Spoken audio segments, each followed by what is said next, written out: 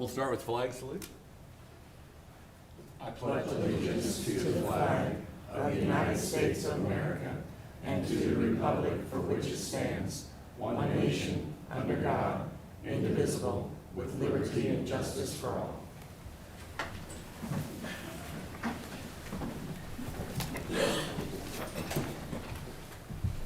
Good morning, everyone, and welcome to the Shawnee County Board of County Commissioners. It's August 31st, last day of the month, 2023. On my far left, County Clerk Cindy Beck. On my far right, County Councilor Jim Crowell.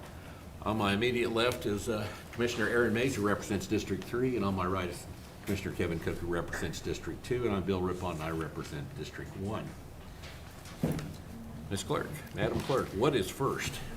The first item is item 1, proclamations, presentations. A, Leroy Russell's retirement as the agricultural agent. Lisa Martin, Shawnee County Extension Office. Good morning, Lisa Martin, Shawnee County Extension Service. This is one of those bittersweet announcements. Leroy Russell is retiring after 33 years of service with the Extension Office, 19 years 4-H agent, and 14 years as the ag agent. We will be having a retirement reception for him at the Crestview Shelter House, September 8th from 2:30 to 6:30, and I will leave some flyers to invite everyone. So Leroy, would you like to say a few words? Yes, I'd love to say a few words. First of all, I want to thank the county commissioners for all the support that they have given Shawnee County Extension. We have helped a lot of our patrons here in Shawnee County over the years. I know with agriculture, we have research farms out in Silver Lake, Rossville area, and we take this research to our farmers and ranchers to try to help them with their operations and to improve their operations.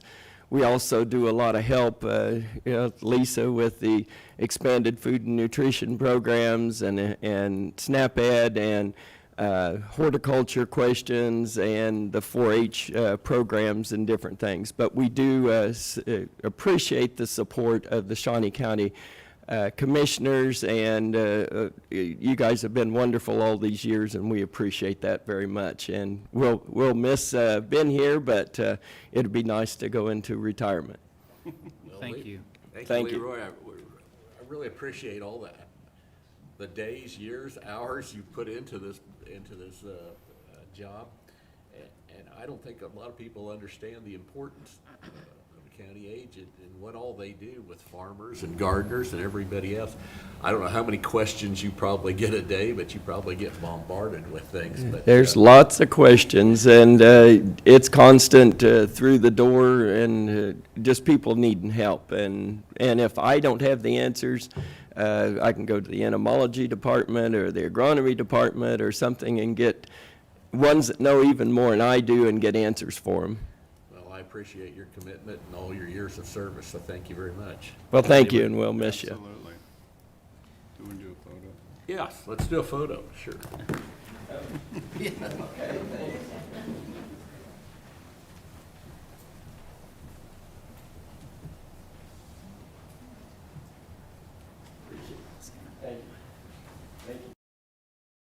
Congratulations. Thank you.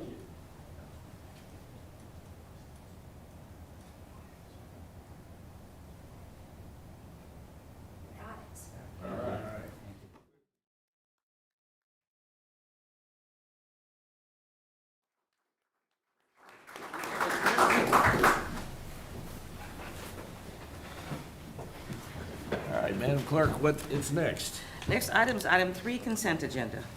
I would move that we approve the consent agenda. Second. Motion's been made by Commissioner Rippon, seconded by Commissioner Mays. All in favor say aye. Those opposed, motion carries 3-0. Next item. Item 4, new business. Item A, County Clerk, consider all voucher payments. Commissioners, we have vouchers this morning that total $5,905,848.71. The majority of the voucher reports are related to GO bond principal and interest. And this is going to be under debt service, sewer districts, the Kansas State Treasurer, and those total $4,671,518.75. And I thought maybe if we can take just a moment, Betty, can you explain what a GO bond principal and interest payment is, since it's that much we're talking about today? Betty Greiner, Director of Administrative Service. A GO bond is a general obligation bond. That is just the general debt of the county. We have several different kinds of debt. GO bonds are one of them. We also have certificates of participation, and we have revenue bonds through the Public Building Commission. So, so it's just a different form of debt. Those are all three forms of debt, but they're debt of the county itself. And this is paying principal and interest on those debts. Principal and interest. We pay interest twice a year, principal once a year. So this is semi-annual interest and all of the principal for the year. And again, just overall, for those watching and paying attention, the general debt of the county is less than 10% of the annual budget. Yes, that's Okay. correct. The other highlights, thank you, Betty. The other highlights is under District Court, Converge One Incorporated for $12,453.36. That's for maintenance of court storage. Imperva Incorporated for $16,534.53. That's the annual subscription for website protection. Under the Equipment Fund, Kansas Highway Patrol for $29,350 is for the Department of Corrections purchase of a 2020 Durango. And then finally, under Information Technology, Choice Solutions LLC for $178,675.29 is the Nutanix platform nodes. I do not have any questions regarding the vouchers and would move for their approval. I'll second. Motion's been made by Commissioner Cook, second by Commissioner Rippon. All in favor, say aye. Those opposed, motion carries 3-0. Next item. Item A2, consider correction orders. I'll move for approval. I'll second. Motion's been made by Commissioner Rippon, second by Commissioner Cook. All in favor, say aye. Those opposed, motion carries 3-0. Next item. Item B, Facilities Management. Number 1, consider authorization and execution of contract C267-2023, change order number 4 with Cine Company to increase the contracted GMP by $168,558 for the renovation of a portion of the second floor of the courthouse for the District Attorney's Office. Request to be funded through the DA's office. Good morning, Commissioners. Nelda Henning, Director of Facilities Management. As read by the clerk, this change order was initiated by the District Attorney's Office to renovate a portion of the second floor that was left unoccupied during the renovation project for a space for the DA. He is here today if you have any questions. Otherwise, I would be happy to answer any questions you might have. Mr. Chairman. This is not going to affect the timeline for the construction of the renovations of the courthouse? No. All the work that is being done under this change order is incorporated currently with the project that is going on, but it is separate from the project of itself. Okay. It's just a good time to do it because they are working in that area. And again, it's not causing any other delays to the overall timeline? Nope. And all the funding's coming from the DA's office for this? That is correct. change. Okay. I would move for approval. I'll second. Motion's been made by Commissioner Rippon, second by Commissioner Mays. All in favor, say aye. Those opposed, motion carries 3-0. Thank you, Nelda. Thank you. Next item. Item C, Information Technology. Number 1, consider approval of the request to purchase 90 HP Elite desk personal computers through CDW-G using the State of Kansas contract pricing at a cost of $79,740 to be funded by the Information Technology 2023 budget. Good morning, Commissioners. Craig Denberg, Shawnee County IT.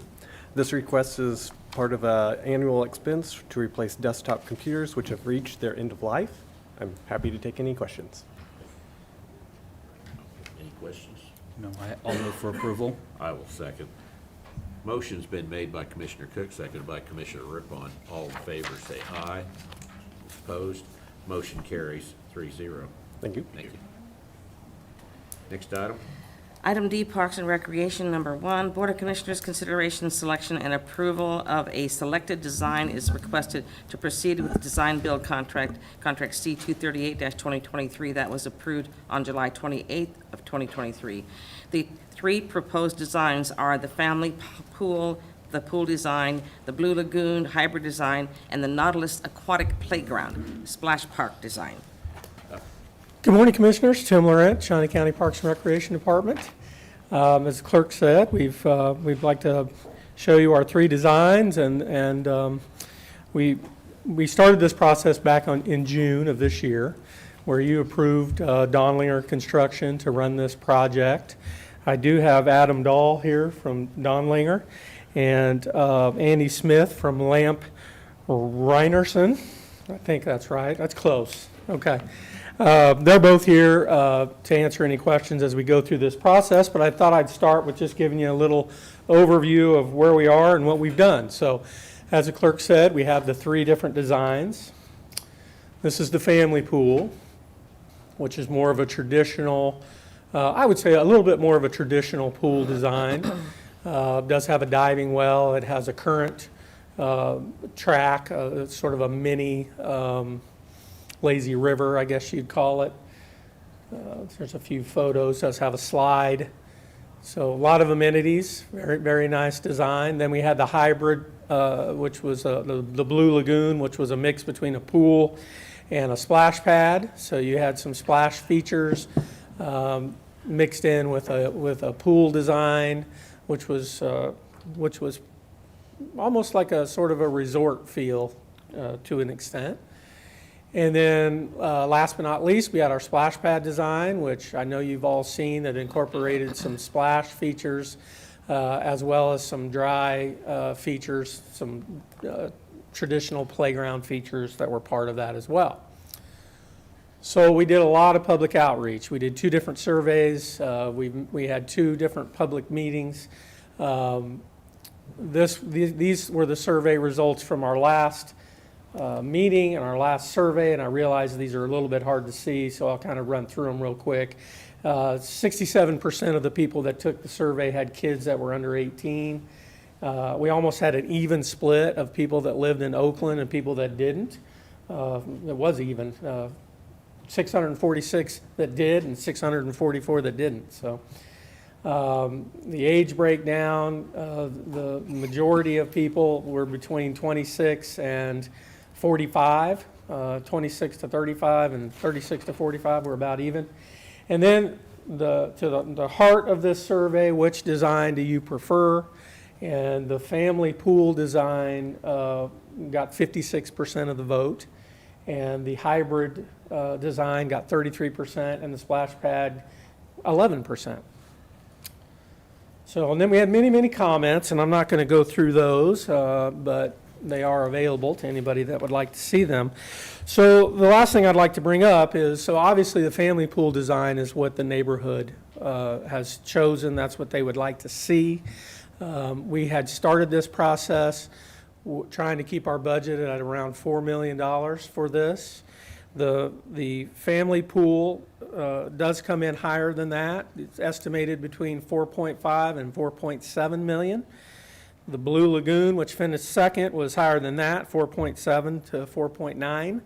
And the spray pad came in, spray park came in right at 4 million. So with that, I'd like to turn it over to you. And I'd be happy to answer any questions you have about any of the designs or how we want to move forward. Well, Tim, this is a large project, and there's been some recent developments, and I think at this point, I would like to defer this project for 2 weeks. And give us time to review this a little bit more too, and look at all of our options. So I'm going to make a motion to defer for 2 weeks. Did we want to have any discussion at all first, or? Well, we can do more discussion if we like. It might not hurt to, since we have people here that, go ahead.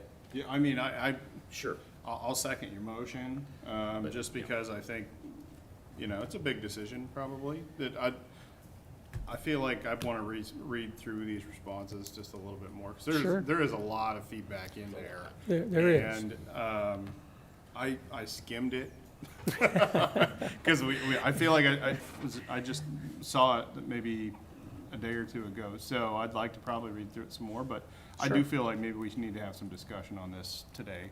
Okay, if you're that's all right fine, with that. absolutely I mean, fine. Yep. Mr. Chairman, I might note, we talked about the 2 public engagements with our company, but prior to that, there were additional engagements with the neighborhood and additional survey. There was another survey that There had been was. done prior to that. So all of the surveys have come back more or less in favor of the pool option or a family pool option.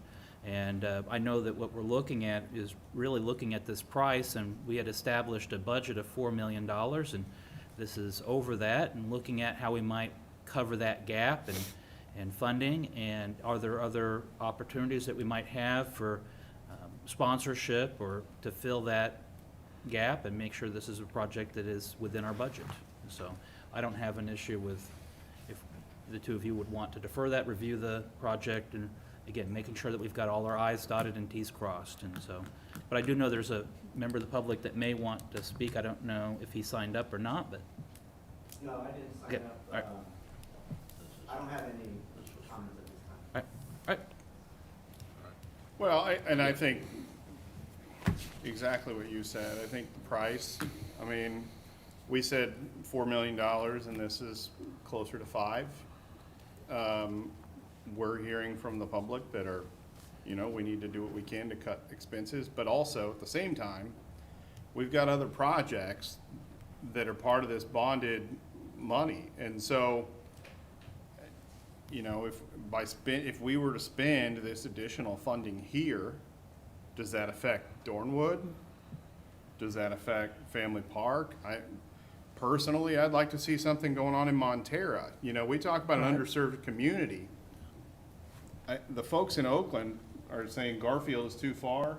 The closest pool to Montera is 9.5 miles. I mean, in that neighborhood, there's 1,000 houses out there, and most of them have kids in them. I mean, that's a community that needs more things for kids to do. And so how far would an extra $1 million go if we did something in Montera? I mean, I feel like this project keeps getting bigger and bigger and bigger. And it's something we need to take a hard look at, in my opinion.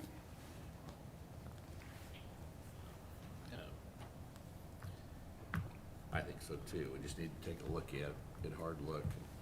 And like Commissioner Cook said, there might be some possibilities of some other buy-in.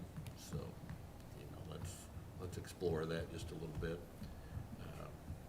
Did you, either one of you want to hear more about the design, or while we have the experts here? I don't know that I need to. I've had multiple meetings, but if either one of you want to hear more about it, I mean. Well, okay, well, we have a motion to defer this for 2 weeks. Motion made by Commissioner Ribbon, seconded by Commissioner Mays. All in favor say aye. Those opposed, motion carries 3-0. So we'll come back in a couple weeks and pick this back up. All right, next item. Item D2, consider authorization and execution of contract C273-2023 with AFCO, quote, through the Greenbush Cooperative for equipment at Jayhawk Park at a cost of $16,654, with funding provided by the American Rescue Plan Act of 2021 and the Department's 3R Fund. Good morning again, Commissioners. Tim Laurent, Parks and Recreation Department. So we would like to do a little work at Jayhawk Park. Haven't had anything done there, I think, for quite some time. So we'd like to add some swings, a little Digirider rocket ship, which is basically, if you think about those small play features where the kids sit on it when there's a spring and they can rock back and forth. So it's a little rocket ship. A bench, a picnic table, and then some engineered wood fiber under all of that. So with your permission, we'd like to do that, and I'd be happy to answer any questions that you have.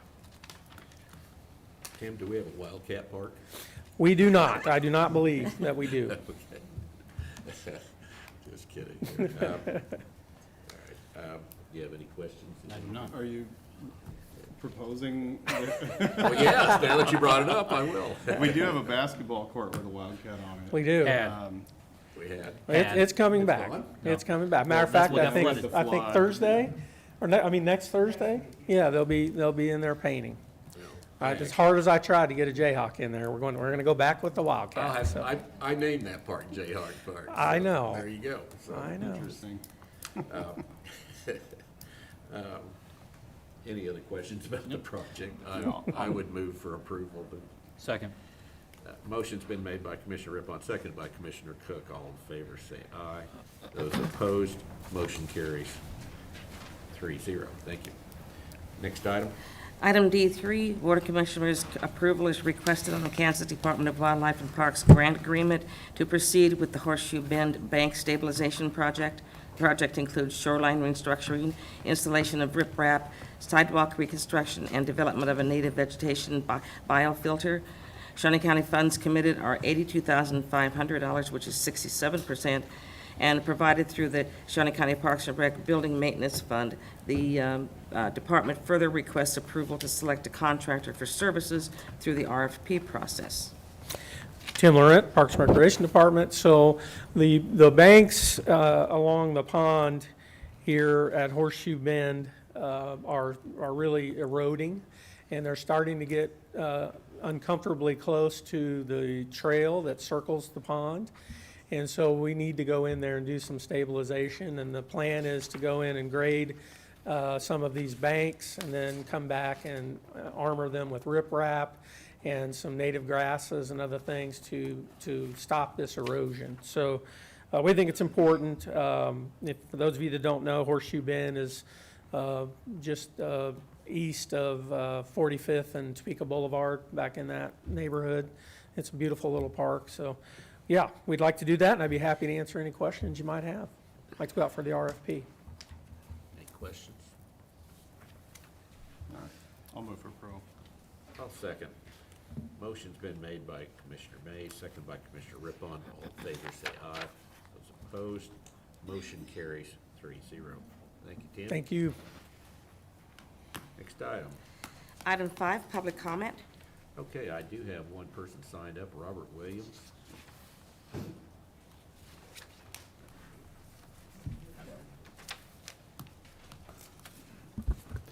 Thank you for your time. Robert Williams, 3249 Southeast Shawnee Terrace. Real quick before I start, on the Montera situation, maybe we should appeal to Mars for their support and maybe perhaps some philanthropic endeavors that they might have. And also, there used to be, it may not be there anymore, a place at just south of Fire Station Number 1 that is, I think, antiquated and might be a liability to the county. But with that, I'm here today regarding two matters of importance. One is to seek clarification in reference to statements made by Commissioner Mays regarding sales tax revenue, and the other, a taxing authority you have connection with. Last week, at the proposed tax increase hearing, Mr. Mays stated on 3 separate occasions that Shawnee County doesn't receive any tax or sales tax it collects, that it all goes to the state. The first time at approximately 1 hour, 28 minutes into the meeting, Mr. Mays said, and I quote, "We actually don't receive sales tax for a general fund," end quote. Second time, around 1 hour, 29 minutes and 40 seconds, he mentioned again, quote, "We don't get sales tax revenue," end quote. Lastly, for the third time, Mr. Mays declared, "We did not see a penny of it," end quote, referring to the online sales tax collected. So my questions are as follows. From the most recent data, how much sales tax revenue did the county collect in total? Does anybody have that? You don't have that? Okay. I can get it. But we know from Mr. May's comments that it all went to the state? No, not necessarily. It didn't go to our general fund. Well, We have, Okay. there are a couple of countywide sales taxes. They are used for specific projects. Those were approved by the voters. Okay, someone shouted from the audience that you could charge 1%, and I heard a female's voice say, no, you can't.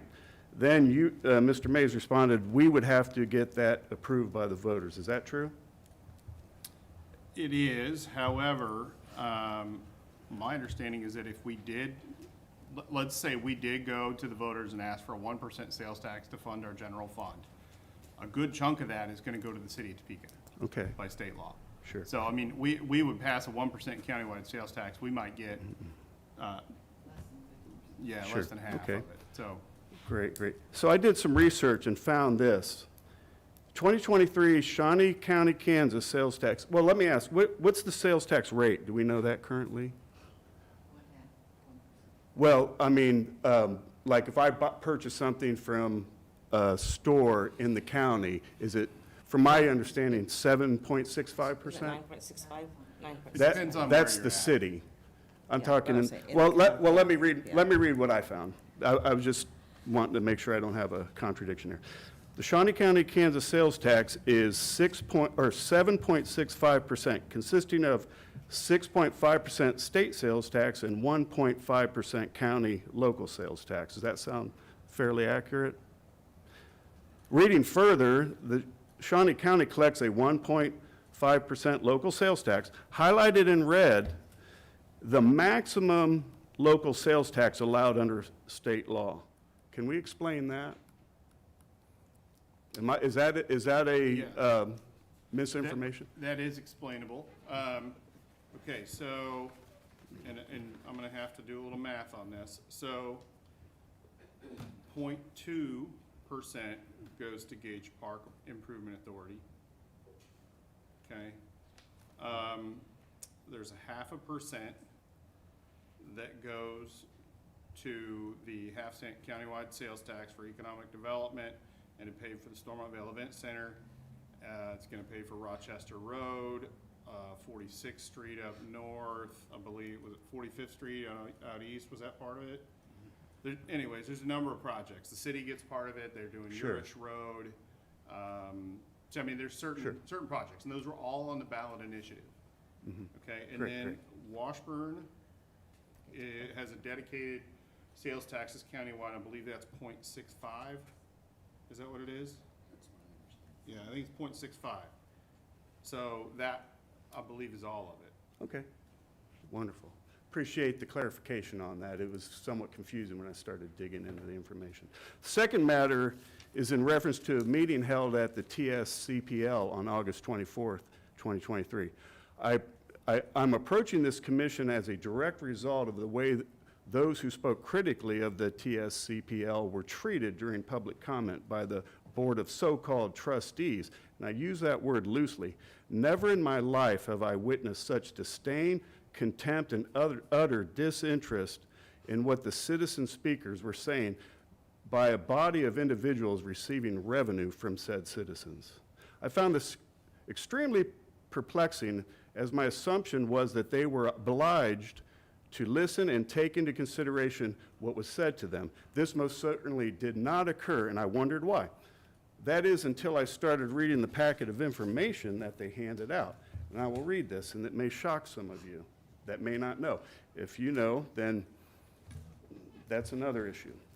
The TSCPL is a library district and was established under Kansas law KSA 12-1261 as a municipal corporation. Unlike most libraries in Kansas and other states, it's a standalone municipality. It is not under the umbrella of another government. TSCPL must have its own staff for services that in many other libraries are provided free of charge, and those costs are not allocated or accounted for in other or for operational purposes. That being said, it is absolutely incomprehensible to me how this was ever allowed to be put in place. This needs to change. And to think a taxing authority of this size and magnitude has 0 elected officials, mind you. Pause. Mind you, The employee benefits package alone, not including salaries, is roughly the same amount as the Lawrence Library's entire budget from my research. I have it here. Maybe in error. I'm welcome to some rebuttal on that.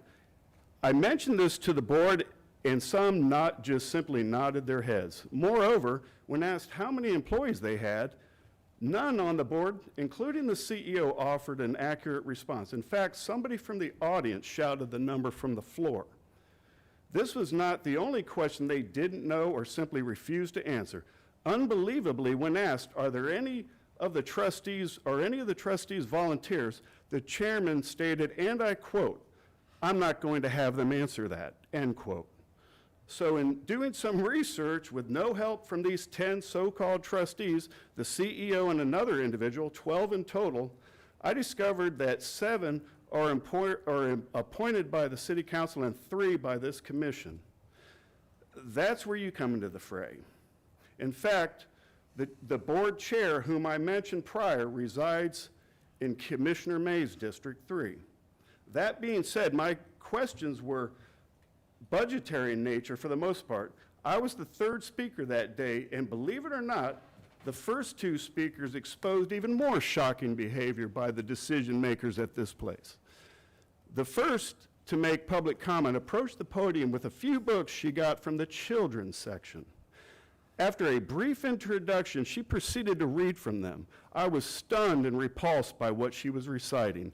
Graphic sexual content, completely inappropriate for children or anybody with a moral conscience, quite frankly. The only thing more disturbing than hearing that filth come from the lips of a well-educated, mature woman would be if it were to come out of the mouth of babes.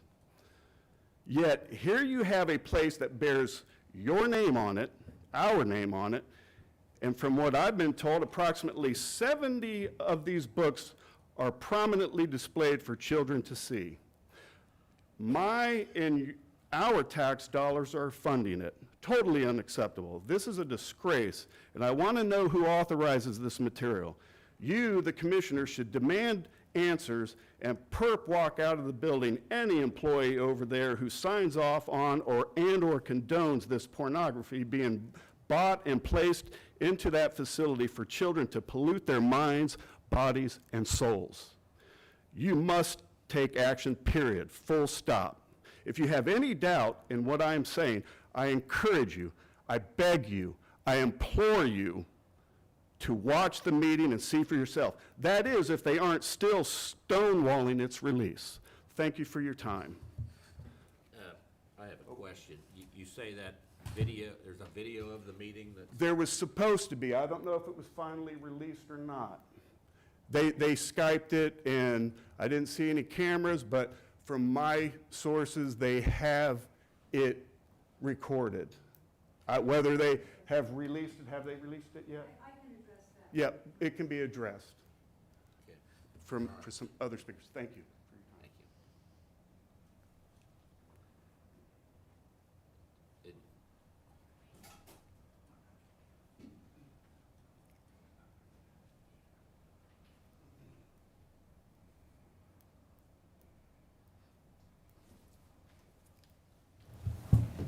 Good morning. My name is Kathy Brown. I'm an attorney and nurse here in Topeka, Kansas. And the reference that Robert made is to a Board of Trustees meeting, which we attended the other day at the public library, the Topeka Public Library. And I'm here today addressing you in your capacity as county commissioners, because as you know, you appoint 3 of the members of the board. When Robert was making reference to the fact that after this meeting occurred, of course, it's public information, of course, it's taxpayer funded, and of course, it's recorded, right?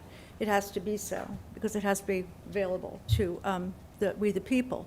And when I requested that information of David King, he's the head of digital services there, and when I did ask him, I was astonished that he'd said to me, he was very flustered, and he said, "Oh, we don't have any recordings." I said, "You don't record your Board of Trustees meetings. I said, but the statute. And he says, no, we don't record it. And I said, well, why not? And he stated, I don't know, we just don't. This was only the latest thing that I experienced. I'm kind of late to this party, but as you all know, all over the country, people are showing up at their commissioners' meetings, their library board meetings, because I want to say it this way. It's an ill wind that blows no good. COVID, of course, was that ill wind. But in the wake of that, we had lots of kids at home, Zoom schooling. For the first time, parents got a look at the materials that their schools and their libraries were not just offering to children, but making mandatory in many cases. And where the library is concerned, this isn't simply a matter of offering. This is a matter of urging. The exhibits, the policies, etc. Now, as you know, the statute states that the individuals on the Board of Trustees, again, 3 of whom you appoint, they're supposed to reflect the community. They're supposed to act in the best interests of the community. They're supposed to set policies. But the problem is they don't set the policies. The American Library Association sets the policies. And the American Library Association now bears no resemblance whatever to what it's always been, until I would say maybe about 8, 9 years ago. To give you a flavor of it, the recent president was elected. Her name is Emily Drabinsky. Upon her election, here was the statement she made on Twitter, and I quote, "Wow, I can hardly believe the American Library Association has just elected a lesbian Marxist to be its president." Not content with that enunciation, she went further. She then stated that her agenda and her mission for the library bore no resemblance whatever to what it had heretofore. She was very clear. She stated, "My mission is to queer the library." Now, I don't have children. I don't work in any area like that, so I didn't know what it meant. So I had to look it up. And when I did, I was horrified. Drabinsky has given any number of interviews stating that she has no interest in library science. She has no interest in what we all experienced, in librarians as we grew up, introducing kids to the joys of books. I remember when I was a little kid growing up in New York City, you know, the big libraries on Fifth Avenue, it's got the big stone lions, it's real big and imposing, and you would think a little kid might be scared to go in there. But I never was, and all the other kids weren't either, because as I said to the trustees, on the other side were the librarians, and we knew they loved us. All they cared about was when we showed up there when we were 6 and 7 and 8 and 9, was introducing us to the joy of reading. And as we grew older, the joys of classical literature. That's all they cared about. And what's really sad, and I said this to the Board of Trustees, is that it's not sad that that's still true, but that is still true. They're dedicated. They're kind. They're wonderful. I see them. I've been going there for 10 years. I know them. But now, as beautiful as that is, as true as that is, right alongside it is the pernicious, all-intrusive authority, not even influence, but authority of the ALA. The commissioners, the people you have on the Board of Trustees, they don't make the policies. The ALA makes the policies. This came to my attention about 3 weeks ago because Kirk Cameron is a conservative Christian book writer. He's written a series called Brave Books. And he was having a story hour all over the country for all the libraries. To my astonishment, I saw that it was not noted or put on the agenda at the public library. Only heard about it from, I guess, an email I got from dads from the Heights, people who are running from school boards. So I went there very innocently. And I asked them, I said, well, how come this isn't on your agenda? And Leanne Brungart, one of the higher-ups there, said, oh, well, see, we don't sponsor that. We just let them have room. I didn't understand what that meant. And then I told her that we had all seen a video which was put out by the ALA, a woman named Deborah Caldwell Stone, and I'm sending it to all of you so you get to see. It's a video. In the video, she states quite clearly, we are not going to have Kirk Cameron in our libraries. She removes the veil from the ALA. She says, he's against our LGBTQ trans agenda. We're not having it. Now she tells them ways to get around it, and I quote. She states, she's a lawyer, I'm a lawyer, there's probably lawyers here, so we know that what she states is a lie. She says, first of all, we have no First Amendment responsibility to sponsor freedom of speech or assembly, rooms made available for taxpayers. She says, here's the way, and this are quotes, here's how you keep control of your library. And she states, how would it be if all of a sudden on Saturday, all your rooms were taken up and there's no room? How would that be? When I asked Leanne Brungart that, and I mentioned that it was from the ALA, she stated to me, and I quote, the ALA, as if she never heard of it. It's false. I want to read to you a few of the passages from the books the ALA forces this Board of Trustees to make available to little children as young as 5. Okay. Let's see here. Here, we have a passage from a book called This Book is Gay. Yeah? It talks about kids as young as 10, 11, and 12. And the important thing is for them to learn how to give each other's hand jobs. Part 1, boy-on-boy sex. Perhaps the most important skill you'll master is the hand job. The good news is you can practice on yourself. Something they don't teach you in school is that in order to come, you or your partner may need to finish off with a handy. This is fine, and certainly not something you need to apologize for. A good handy is all about the wrist action. Rub the head of his cock back and forth with your hand. Try different speeds and pressures till he responds positively. A bad handy is grasping a penis and shaking it like a ketchup bottle. Kids as young as 7. Lawn boy. Lawn boy. This is recommended for kids 10 and up. Now, apparently, this happening all over the country. People are showing up. You got to read aloud because otherwise you don't see the reality.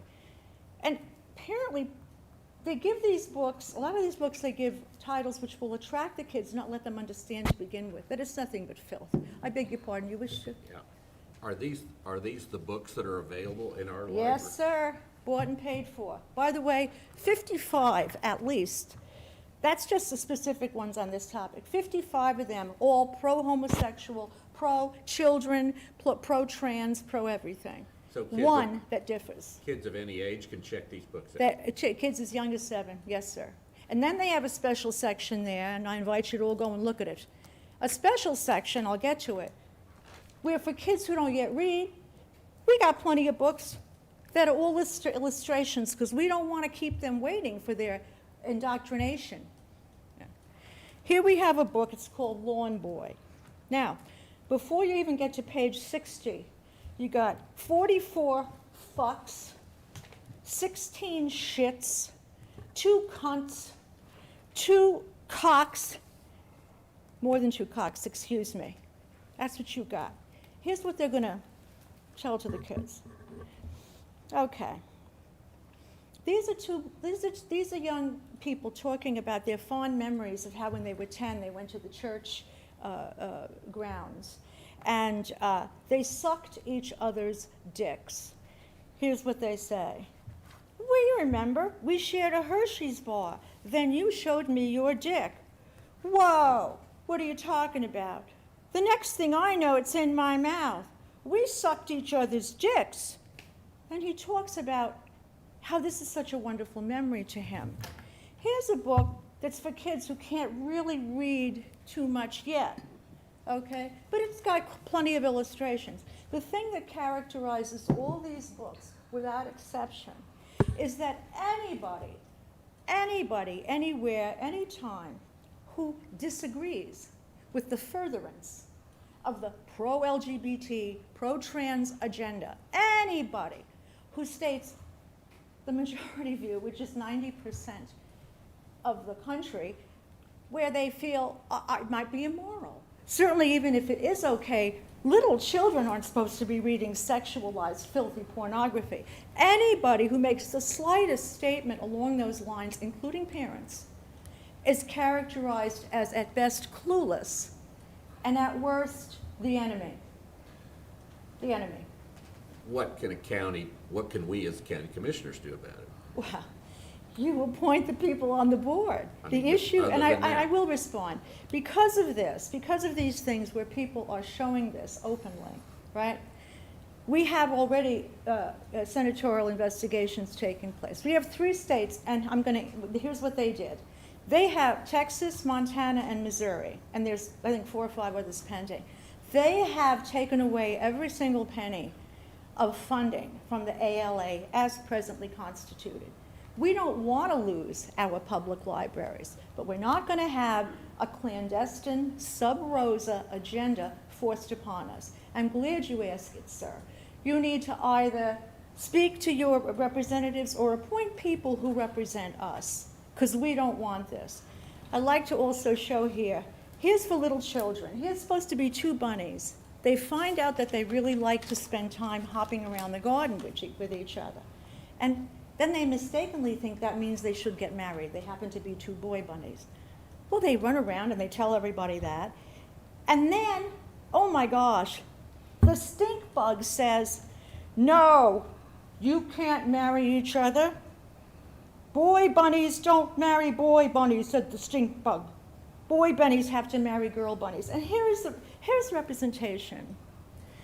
I want to also mention, in closing, that this is not this is bad enough. This in itself qualifies it as reason to get rid of this filth. By the way, it's in violation of law. Violation. We don't allow, obviously, pornography and filth to be offered to little children. But our agenda is sometimes mischaracterized by the very dishonest people on the far left radical fringe as being, I wanted to ban books. That's nonsense. They're the ones who ban books. They've been banning books for 12 years or more. They banned Dr. Seuss. They banned Huckleberry Finn. They ban whatever they want. This is a narrow issue. The lawyers here are going to understand. This is what we want to do. We want to do it as narrowly as possible. The issue is you do not have filth marketed, made available to, indeed urged upon juveniles. If grown-up people want to write books like this, put them in the library, and grown-up people want to go and take them out and enjoy themselves reading it, that's for them to decide. These are children. And that is the reason that I come here, because of the 3 individuals whom you appoint, sir. And I'm happy to take any questions if any are needed. Does our library have any standards for what kids can see or not see? Yes, they do. And they're the ALA standards. And the ALA standards, the proof's in the pudding. Because the question is an interesting question also. The agenda they recite on their website is really quite nice in many ways. Oh, we respect the parents, and we don't want ever to ban any books. Okay. They refer to us as wanting to get this filth out of the hands of juveniles, as people who want to ban books, right? But yeah, they are very clear about what they want to be available. When I first had this experience, and I went there, I asked the librarians there in the children's section, and they're very willing to show me around and tell me. The whole section to the right when you go in, they told me very eagerly, this is for children who are like starting at the age of 5, you know, they can't really read yet. And that's full of illustrations, full of illustrations. That's their standards. That's their standards, sir. They're also set forth on the website. And also I would urge you, I'm going to send you the video, as I said, of this woman who said, here's how we make sure that we don't have anything like Kirk Cameron or anything that's anti our LGBT agenda. Oh, one last thing. I mentioned that I was a nurse before becoming a lawyer. When I was a nurse, I was lucky enough to do some psych nursing, a lot actually. And I got to see the before and after. we had a lot of people who had real severe psychoses. And there used to not be a diagnosis, and there used to not be effective medications. And these people suffered from a thing called body dysmorphic syndrome. It is a diagnosed mental illness. And we got to the point where we had some really beautiful drugs who could address these poor people. They're severely psychotic. They can never be outside of an institution. The manifestation is they believe delusionally, for example, that they're supposed to be blind. To that end, they take lye and they blind themselves with it. Other of these unfortunate people believe they're supposed to be deaf. They take chopsticks and they ram them into their ears to perforate their eardrums. Another iteration of it is some of those people believe they're supposed to be in a different body. To that end, and this is largely men in this constellation, to that end they take razor blades. They amputate their own penis. Okay.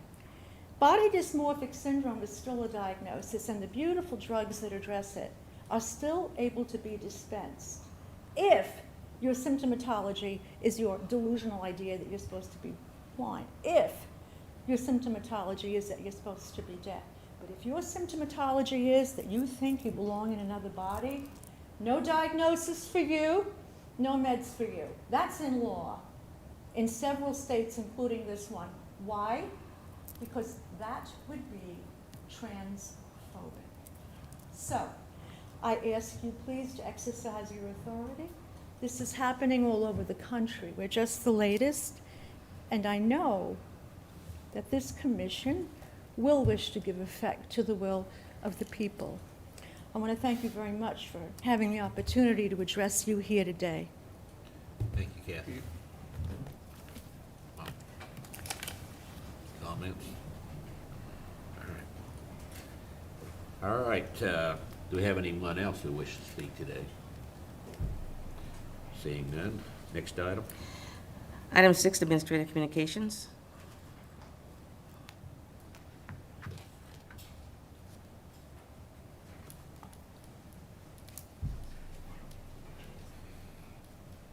Good morning, Commissioners. Nelda Henning, Director of Facilities Management.